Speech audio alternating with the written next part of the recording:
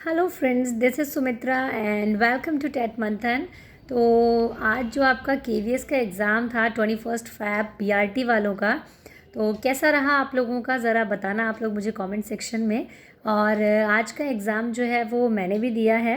मैंने form fill किया था इस बार काफ़ी टाइम पहले। मेरे जो पुराने स्टूडेंट्स हैं उन्हें पता है कि मैं केवीएस सिलेक्ट हूँ।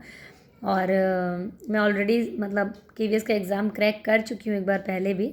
बट जहाँ मुझे हम पोस्ट किया गया था, मतलब जो मुझे पोस्टिंग मिली थी, वहाँ पे मैं जो है ज्वाइन नहीं कर पाई थी। ये मेरे पुराने स्टूडेंट्स को पता है, सबको सबको मैंने अपना केवीएस का जो स्टोरी है वो बता रखा है और दिखा भी रखा है कि क्या कहानी थी। तो आज फिर से मैंने फॉर्म भरा था। इस बार सिर्फ इसलिए भर दिया था कि चलो देखते हैं क्या चेंजेस हुए हैं, क्योंकि इस बार सिलेबस में भी थोड़ा बहुत ऊपर नीचे हुआ है। प्लस थोड़ा ये था कि कंप्यूटर मोड में एग्ज़ाम था, तो इसलिए मैंने सोचा चलो ठीक है इस बार फॉर्म भर के और आप लोगों के साथ एक अच्छा सा डिस्कशन ही हो जाएगा इसी बहाने। अगर मैंने खुद एग्ज़ाम दिया होगा इस बार, तो क्योंकि मैंने काफ़ी साल पहले दिया था और इस बार जो एग्ज़ाम आया है वो काफ़ी अलग था। और सच बताऊँ तो मेरा जो पर्सनल एक्सपीरियंस रहा आज के एग्ज़ाम को लेकर के, तो एग्ज़ाम बहुत ईजी था। बहुत ईजी एग्ज़ाम था। मतलब आप ये नहीं कह सकते कि डिफ़िकल्ट था, मतलब आप ये नहीं कह सकते कि आप पढ़ कर के गए थे और आपको फिर भी एग्ज़ाम में मतलब आपका जो है पढ़ा हुआ नहीं आया, ये नहीं कह सकते कम से कम हम। अगर आपका पढ़ा हुआ एग्ज़ाम में आ जाता है दैट मीन्स एग्ज़ाम ईजी था। ठीक है, एग्ज़ाम अच्छा था आपका। तो इसीलिए बहुत मुश्किल मैं इसलिए नहीं कह रही हूँ क्योंकि कुछ भी ऐसा नहीं आया था। जैसे DSSB में आप देख लीजिए, या एस्टेट में भी कई बार ऐसा हो जाता है कि बिल्कुल ही अनएक्सपेक्टेड क्वेश्चंस आ जाते हैं, कुछ भी उठा करके दे देते हैं। तो ऐसा बिल्कुल भी नहीं था। कुछ क्वेश्चंस मैंने यहाँ आके घर पे ऐसे रफली कुछ लिखे हैं, जो जो मुझे याद आ रहे थे, मतलब वो मैंने लिखे हैं। बाकी मेरी तबीयत कल से वैसे भी ठीक नहीं थी, कोल्ड हो रखा था मुझे बहुत ज़बरदस्त वाला, और जो मेरा बड़े वाला बेटा है उसको खुद बुखार हो रखा था। तो इसीलिए आज मेरा सुबह से मन नहीं था जाने का कि मैं जाऊँ कि नहीं जाऊँ। फिर मैंने सोचा नहीं नहीं, आप लोगों के साथ एक एग्ज़ाम एनालिसिस एटलीस्ट हो जाएगा इसी बहाने से, तो मैं दे आती हूँ, कोई बात नहीं। तो इसीलिए जितना मुझे याद है, जितना मैं दिमाग में मेरे आएगी चीज़ें, उतना मैं बताऊंगी आपको। तो ये अगर बात करें हम CDP की, चाइल्ड डेवलपमेंट एंड पेडागोजी की, तो ठीक था पेपर। बट इसमें जो है सीटेट का जो सिलेबस है उससे रिलेटेड कुछ भी ऐसा नहीं आया था, सच बताऊं तो। जैसे सीटेट में प्याजे, वाइगॉट्स्की, कोलबर्ग ये सब भरा रहता है, इस पर कुछ भी नहीं था। प्याजे, वाइगॉट्स्की, कोलबर्ग इन सब का कोई नामो निशान नहीं था। ठीक है, कोई बिहेवियरिज्म की, कोई कंस्ट्रक्टिविस्ट की कोई थ्योरी भी नहीं आई थी। अगर बात की जाए, क्वेश्चन एक सिंपल सीधा क्वेश्चन आया था कि पेडागोजी का मतलब क्या है। सीधा सा क्वेश्चन पूछ लिया कि पेडागोजी का मतलब क्या है। ठीक है, इसी तरीके से कंस्ट्रक्टिविस्ट से रिलेटेड एक क्वेश्चन था, मतलब पूरा एक स्टेटमेंट दिया हुआ था और लिखा हुआ था कि स्टेटमेंट किस चीज़ से बिलोंग करता है, तो वहाँ पे कंस्ट्रक्टिविस्ट ऑप्शन में था। अगर हम बात करें स्कूल मैनेजमेंट पे, बहुत सारे क्वेश्चंस आए हुए थे। हेडमास्टर पे क्वेश्चन आया हुआ था कि हेडमास्टर की ड्यूटी क्या होती है, तो उसमें बहुत सारे ऑप्शंस थे कि मतलब हेडमास्टर की ड्यूटी इन द सेंस कि भाई मतलब उसका स्कूल में कोऑपरेट करना है उसकी ड्यूटी है, या फिर सुपरविजन करना उसकी ड्यूटी है। इस तरीके से क्वेश्चंस आए हुए थे। प्लस एडोलेसेंस से रिलेटेड क्वेश्चंस आए हुए थे कि अगर स्कूल जो है वो किस तरीके की भूमिका अदा कर सकता है एडोलेसेंस के लिए, कि बच्चा जब एडोलेसेंस में है तो स्कूल को उसको किस तरीके से जो है टैकल करना चाहिए बच्चे को। तो उसमें था कि इमोशनल हेल्प देनी चाहिए, या फिर उसकी प्रॉब्लम को समझना चाहिए, सिंपैथी रखनी चाहिए या एम्पैथी रखनी चाहिए। ये वहाँ पे ऑप्शंस दिए हुए। तो एडोलेसेंस से 2 क्वेश्चंस थे या शायद 3 क्वेश्चंस थे, जहाँ तक मैं याद कर पा रही हूँ। तो इसमें ये क्वेश्चंस था कि पेरेंट्स को क्या करना चाहिए एडोलेसेंस के मामले में। वहाँ क्वेश्चंस ये थे कि उनको इमोशनल सपोर्ट देना चाहिए, फिजिकल सपोर्ट देना चाहिए, या फिर मतलब उनकी समस्याओं को समझना चाहिए, उनकी समस्याओं के बारे में ज्ञान होना चाहिए पेरेंट्स को कि एडोलेसेंस में एग्जैक्टली क्या क्या समस्याएं बच्चे को आती है।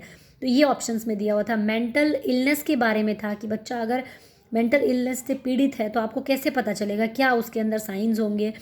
प्लस इसके अलावा अगर मैं बात करूँ तो आपका क्वेश्चन आया हुआ था मतलब राइट टू एजुकेशन से क्वेश्चन आया हुआ था। NCF से क्वेश्चन आया हुआ था कि NCF इंट्रोड्यूस कहाँ से हुआ है, मतलब उसने NCERT लेकर आया उसको या NIOS लेकर आया उसको। तो NCF से क्वेश्चन था 2005 से।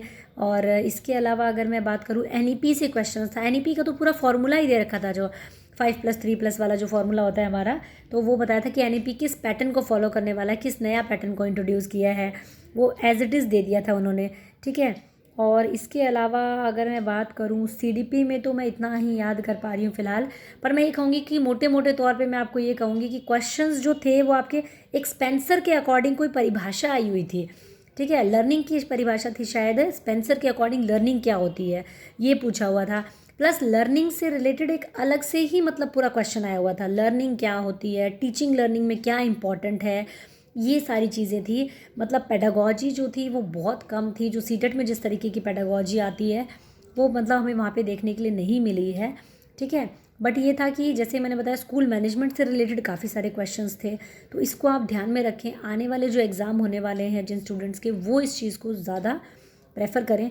ईवीएस में अगर मैं बात करूँ तो ऐसा नहीं है कि टोटली एनसीईआरटी से उठ के आया था, बट कुछ कुछ चीज़ें तो बिल्कुल एनसीईआरटी का चैप्टर से उठा लिया है कि इस चैप्टर में ये इंसान है, ये नाम है, ये ऐसा ऐसा करता है तो क्यों करता है, या फिर इस चैप्टर में ये चीज़ें हैं तो ये कौन सा चैप्टर है।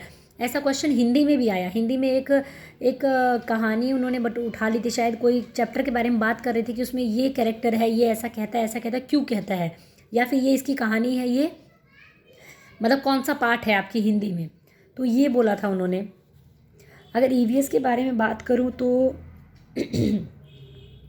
चंगप्पा जो जनजाति है उसके बारे में आया था, मेरे गले की पूरी बैंड बजी पड़ी है सच में।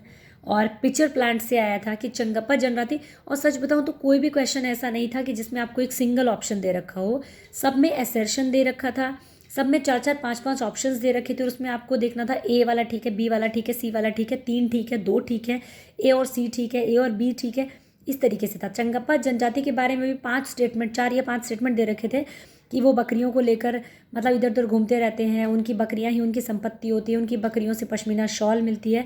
और फिर ये था कि एक वो था कि वो मतलब एक ही जगह पे टिक के रहते हैं, तो इनमें से एक रॉन्ग हो गया, ए सी डी और सही हो गया, इस तरीके के ऑप्शन ज़्यादा थे। मतलब कोई भी क्वेश्चन ऐसा नहीं था जो कि सिंपली आपको दे रखा हो, मतलब बहुत कम ही क्वेश्चंस थे जो कि बहुत ही मतलब आपको एक वर्ड में आंसर देने हैं। अदरवाइज़ तो मतलब बहुत सारे स्टेटमेंट वाले ही क्वेश्चन से ज़्यादा करके पिक्चर प्लांट जो होता है वो जहरीला क्यों होता है ये पूछा गया था, कि उसके पत्तों में क्लोरोफिल नहीं होती है, या फिर उसको मतलब भूमि से मृदा नहीं मिलती है, उसको मिट्टी नहीं मिल पाती है, या उस तक पानी नहीं पहुंच पाता है। ये सारे जो है उसकी स्टेटमेंट्स दी हुई थी। पिक्चर प्लांट से रिलेटेड एक क्वेश्चन आया था, ठीक है। तो ये ईवीएस में क्वेश्चंस आए थे इस तरीके के, लेकिन बिल्कुल सिंपल नहीं आया कि एज इट इज़ उठ के आ जाता जैसे एनसीईआरटी से उठ के आ जाता सीटेट में। तो सीटेट जैसा कोई सीन नहीं था यहाँ पे, तो इस तरीके से आया था। इंग्लिश में एंटोनिम, सिनोनिम, वोकेबलरी सब आया था। एक्टिव वॉइस, पैसिव वॉइस आया था, आपका वॉइस चेंज करने वाला। एरर वाला क्वेश्चन आया था कि कौन से पार्ट में एरर है, ठीक है। एक जो पैराग्राफ आया था बहुत ईजी सा था, उसी में से क्वेश्चंस थे सारे, ठीक है। तो वो था आपका।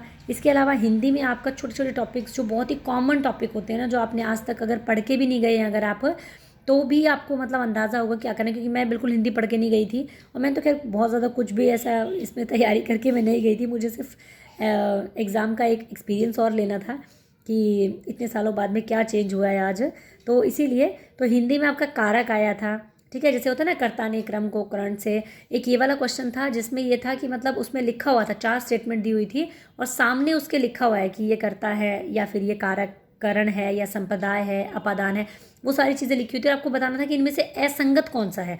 हिंदी के क्वेश्चन ज़्यादातर इस टाइप के थे कि असंगत कौन सा है, मतलब इनमें से कौन सा सूटेबल ऑप्शन नहीं है। अब जैसे आपको कोई पर्यायवाची भी दिए हैं, तो ऐसा नहीं कि आपको पर्यायवाची पूछा है, पर्यायवाची ऑलरेडी दे रखे हैं उन्होंने। जैसे खग का पर्यायवाची मतलब पक्षी का पर्यायवाची उन्होंने खग दे दिया, पक्षी दे दिया, ठीक है। पानी का पर्यायवाची उन्होंने मतलब जल दे दिया, और 3 4 ऑप्शन और दे दिए। तो ये उन्होंने जो है यहाँ पे उन्होंने क्या कर रखे थे, कुछ सही सही ऑप्शन दे रखे थे, और एक ऑप्शन ऐसा दे रखा है जिसमें पर्यायवाची जो है गलत दे रखे हैं। तो आपको वो जो असंगत वाला है वो चूज़ करना है कि ये वाला जोड़ा जो है ये आंसर सही नहीं दे रखे हैं इसके। इसी तरीके से और भी क्वेश्चंस थे जिसमें असंगत ऑप्शन बोला गया था बार बार कि इसमें से कौन सा असंगत है। असंगत इन द सेंस कि भाई कौन से वाला ठीक तरीके से नहीं दे रखा है, मतलब उन्होंने क्वेश्चन के साथ में आंसर भी दे रखे थे। आपको ये नहीं पूछा था इसका प्राइवेसी आपको बताना है, नहीं उन्होंने खुद बता रखे थे, पर आपको ये देखना था कि उन्होंने कौन सा गलत बता रखा है, ठीक है। इसके अलावा विलोम शब्द आया था आपका, संधि आया था आपका, ठीक है। एक आया था देवेंद्र का था संधि, या देवेंद्र का संधि था, ठीक है।